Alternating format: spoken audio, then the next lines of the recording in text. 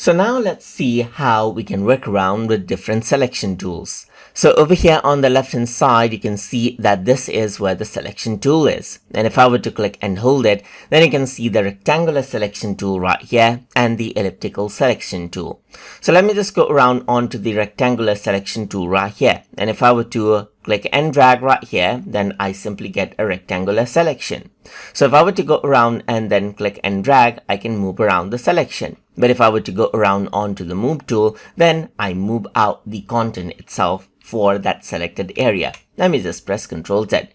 Apart from that, you can see that this is what you have right here. So there you can go around and copy out the selection right here.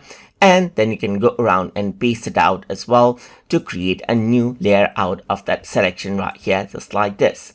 So now you can also go around over here, and then you got the elliptical selection tool, which actually has an oval shape right here. So this is the elliptical selection tool right here.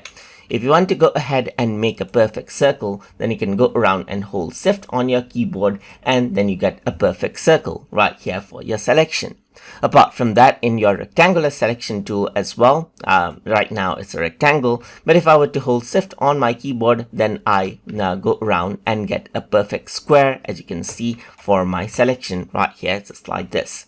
So that is how you can go around and utilize the rectangular and elliptical selection tool inside of Photopea. So hope you guys learned something as always, and as always, please like, comment, share, and subscribe.